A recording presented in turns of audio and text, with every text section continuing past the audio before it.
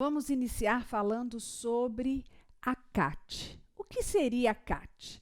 Comunicação de acidente do trabalho. Tanto a empresa quanto o empregador doméstico têm a obrigação de comunicar a ocorrência do acidente de trabalho. Veja, e essa obrigação de comunicar a ocorrência do acidente de trabalho tem um prazo, sob pena de não cumprido o prazo, ser aplicada multa. Então, na verdade, a empresa, o empregador doméstico, tem a obrigação de comunicar ao INSS a ocorrência de acidente do trabalho até o primeiro dia útil seguinte ao da ocorrência. E cuidado, em caso de morte, deve a comunicação ser feita imediatamente à autoridade competente. Não pode esperar, em caso de morte, o primeiro dia útil seguinte para fazer essa comunicação. Se, por acaso, a empresa ou o empregador doméstico não fizer a formalização, essa comunicação, outras pessoas podem fazer e não precisam, nesse caso, observar o prazo de até o primeiro dia útil ou imediatamente. Por quê? Porque esses prazos são exclusivamente para a empresa e para o empregador doméstico. Então, é quem pode fazer, na falta de comunicação da CAT pela empresa ou pelo empregador doméstico, quem pode formalizar a CAT? O próprio acidentado, seus dependentes, a entidade sindical competente, quer dizer, a entidade sindical, né, que aquele segurado esteja vinculado, o médico que o assistiu ou qualquer autoridade pública pode emitir. Então, veja que, mesmo que a empresa, né, não emita ou o empregador doméstico não faça essa comunicação, outras pessoas podem fazer.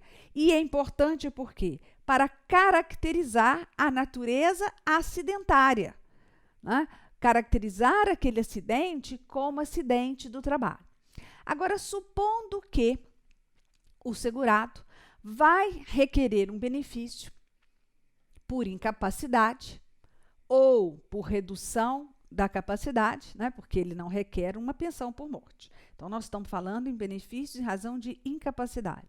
Ele vai requerer e a própria perícia pode caracterizar aquela incapacidade como decorrente de acidente do trabalho.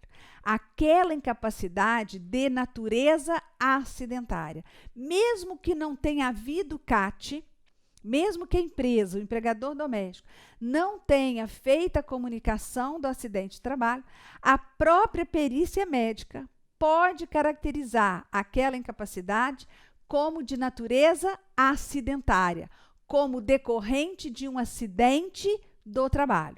Veja lá, vocês podem acompanhar até o disposto no artigo 21A da Lei 8.213. Mas veja aqui a nossa informação. A perícia médica do INSS poderá também caracterizar a natureza acidentária da incapacidade quando constatar ocorrência de nexo técnico epidemiológico entre o trabalho e a entidade mórbida motivadora da incapacidade, elencada na Classificação Internacional de Doenças.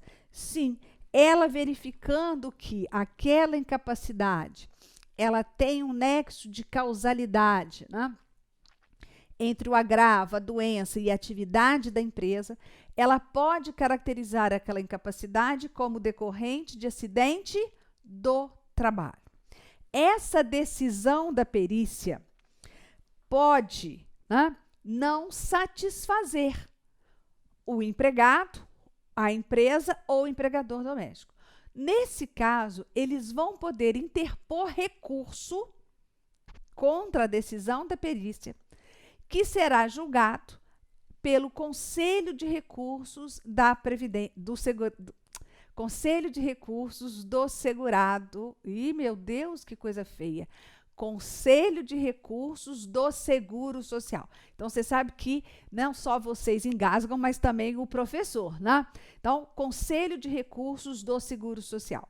Quando esse recurso é interposto, ele é recebido no seu efeito suspensivo, dizendo que, se ele é recebido no efeito suspensivo, aquela decisão que caracterizou a incapacidade como acidentária pela perícia médica fica suspensa até a decisão final do Conselho de Recursos. Então, cabe sim ao segurado, à empresa ou ao empregado recorrer dessa decisão para o Conselho de Recursos da Seguridade Social, o Conselho de Recursos do Seguro Social. Esse recurso será recebido também no seu efeito suspensivo. Então, enquanto não houver o julgamento, essa decisão da perícia fica suspensa. Seguindo, então, benefícios de natureza acidentária. Quando a gente fala em benefícios acidentários, benefícios de natureza acidentária, esse termo para nós é o quê? Decorrente de acidente do trabalho. Então, um benefício de natureza acidentária é um benefício cuja a causa foi um acidente do trabalho. Quando se diz o acidentado na legislação previdenciária, é aquele que sofreu acidente do trabalho. E não custa relembrar, quem pode sofrer acidente do trabalho? Empregado, empregado doméstico, trabalhador avulso e segurado especial. Não é assim? Então, benefício de natureza acidentária é aquele cuja a causa é um acidente do trabalho. Já o benefício que não tem como causa acidente do trabalho, então ele pode ser de acidente? Sim, que não seja caracterizado acidente do trabalho. Ele pode ter como causa uma doença? Sim, desde que não seja uma doença profissional ou uma doença do trabalho, porque ambas são caracterizadas como acidentes do trabalho. Então, o benefício de natureza não acidentária é aquele cuja causa é qualquer evento que não possa ser caracterizado como acidente do trabalho, certo? E aí nós vamos verificar, né, ao longo do curso, auxílio doença acidentário, auxílio doença não acidentário, e etc. Vamos ver as repercussões dessa caracterização do acidente do trabalho na seara previdenciária. Veja, na concessão dos benefícios de auxílio-doença e de aposentadoria por invalidez, cuja incapacidade decorreu de acidente do trabalho, não exige daquele segurado um número mínimo de contribuições. Não exige carência mínima de contribuições para a Previdência Social. Por quê? Porque eu sei que toda vez que o segurado sofrer um acidente qualquer, não precisa ser do trabalho, ele fica isento do cumprimento da carência de 12 contribuições para fins de auxílio-doença e aposentadoria por invalidez. Qualquer acidente. Ora, se qualquer acidente isenta o segurado de carência para o auxílio-doença e para a aposentadoria por invalidez, nada mais correto eu dizer que os benefícios de natureza acidentária não exigem carência. Por quê? Porque decorrente de acidente do trabalho, que é menos que acidente de qualquer natureza, né? Agora, os benefícios de natureza não acidentária exigem ou não carência? Vai depender. Se o evento causador for um acidente qualquer, não exige. Se o evento causador for uma doença elencada lá na lei, que realmente isenta aquele segurado de carência, também está isento. Mas eu não posso dizer que todos os auxílios, doença e aposentadorias por invalidez não acidentários estão isentos de carência. Ou todos eles precisam do cumprimento da carência. Não posso. Agora, posso dizer com certeza que os benefícios de auxílio-doença e aposentadoria por invalidez acidentários não exigem carência. Por quê? Porque a causa é sempre um acidente de trabalho, certo? Vamos seguindo. O segurado que receber auxílio-doença acidentário terá mantido o seu contrato de trabalho pelo prazo mínimo de 12 meses, após a cessação do referido benefício. Ora, o que vai dar a estabilidade ao segurado de manter o seu contrato de trabalho pelo prazo mínimo de 12 meses não é a ocorrência simplesmente do acidente do trabalho, mas sim é o recebimento do auxílio-doença acidentário. Porque a manutenção do contrato de trabalho, ela só começa, nessa garantia, ela só inicia após a cessação do auxílio-doença acidentário. Após a cessação. Então, ele tem que receber auxílio-doença acidentário. E após ele terminar, começa, então, a sua garantia de manter o contrato de trabalho pelo prazo mínimo de 12 meses. O empregador do segurado em gozo de auxílio-doença acidentário está obrigado a depositar a importância a título de fundo de garantia na conta do empregado. Então, a lei do fundo de garantia determina que, no caso do empregado estar afastado sob o gozo de auxílio-doença acidentário, o empregador continua com a obrigação de efetuar os depósitos do fundo de garantia. Me perguntaram, no caso, professora, isso também se aplica ao empregado doméstico? Entendo que sim. Embora a lei do fundo de garantia ela seja de 1990 e o empregado doméstico passou a ter a garantia ao depósito do fundo de garantia regulamentada pela lei complementar 150 em 2015, ele agora tem sim a obrigação o empregador mensalmente tem a obrigação de efetuar o depósito do fundo de garantia.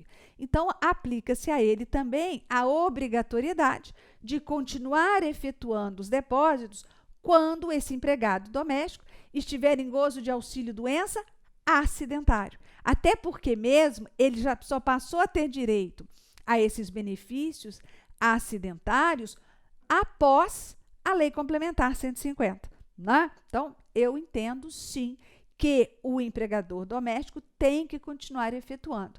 Já no caso do auxílio-doença não acidentário, o empregador ou o empregador doméstico não tem obrigação de efetuar mensalmente o depósito do fundo de garantia enquanto aquele empregado estiver em gozo do benefício, certo?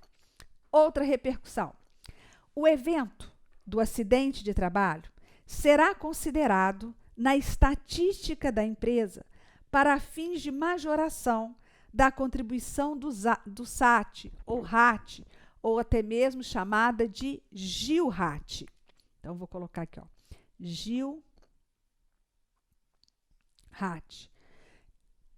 Contribuição para financiar os benefícios em decorrência do grau de incidência de incapacidade laborativa. Então, veja, nesse caso, nós temos as contribuições de 1, 2 e 3% sobre a remuneração dos empregados e trabalhadores avulsos.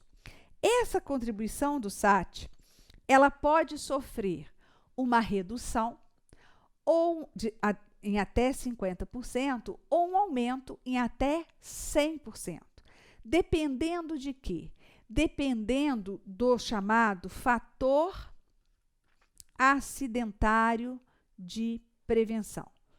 Esse FAP, ele vai de 0,5 a 2,0. Por quê? Esse FAP, ele é aplicado na alíquota do SAT para reduzir em até 50% ou aumentar em até 100%, dobrar, por causa da participação da empresa na ocorrência de acidentes de trabalho. Então, é verificado o número de acidentes, o tempo, né, a duração do benefício acidentário, o grau de acidente, por exemplo, se é um acidente que causa a pensão ou se é um acidente que causa auxílio-doença. Isso tudo vai repercutir no índice de acidente de prevenção, no fator de acidente de prevenção, para caracterizar um aumento ou uma diminuição na contribuição das empresas, certo? Veja, as ações judiciais propostas em face do INSS que discutem acerca dos benefícios acidentários, ou seja, ações contra o INSS para pleitear benefício acidentário, vão ser processadas e julgadas pela Justiça Estadual. Trata-se, nesse caso, de competência absoluta, aquelas ações em que é necessária a comprovação de acidente do trabalho para gerar benefício previdenciário. Então, essa competência é uma competência da Justiça Estadual. Portanto, né, os recursos interpostos contra as decisões de primeira instância.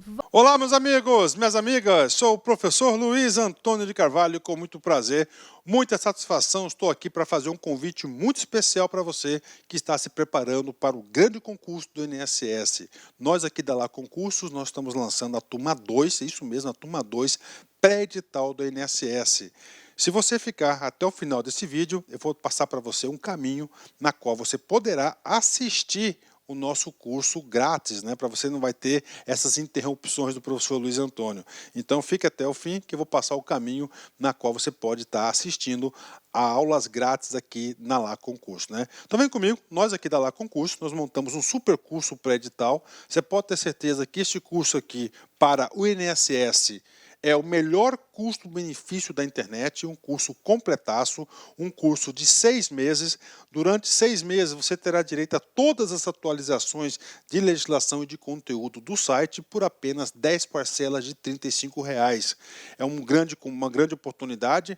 O concurso do INSS em 2016, nós tivemos aí aproximadamente 1 milhão de inscritos, é isso mesmo, 1 milhão de inscritos, ou seja, é um concurso muito concorrido. E se você não estudar com antecedência, com planejamento e foco, você pode ter certeza que você será mais um na multidão. Bacana? Então, pré-edital turma 2 aqui da Lá Concurso, né? Professor, como é que eu faço para ter acesso aí às aulas inteiras, sem o corte do senhor, né? Então vem comigo, atendendo a pedidos aí. Nós estamos oferecendo aí um curso grátis do INSS por 7 dias. Durante 7 dias você vai poder assistir aí as aulas do nosso personal coach, né? Mas para isso tem aí algumas regrinhas, né? Primeiro, você tem que se inscrever no nosso canal do YouTube, né? E de preferência marcar aquele sininho para você ter a notificação das aulas, né? Nós temos alguns programas aí de audiência no YouTube. Entre esses programas de audiência, nós temos aí a playlist do INSS. Tem que curtir o vídeo do professor, né? Tem que curtir o vídeo do professor, tem que clicar no link na descrição, que nesse link na descrição vai direcionar para o site da Lá Concurso. Lá você vai ter que fazer um cadastro e você vai ter que inserir este código aqui. Esse código aqui tem tempo limitado, tá certo? Tem tempo limitado, que é INSS YouTube 05. Com isso, você vai ter direito aí a ter o curso grátis, sem interrupções das aulas, dos nossos professores da Lá Concurso. Bacana? Então, espero vocês. Um forte abraço. Tchau, tchau. Clique lá.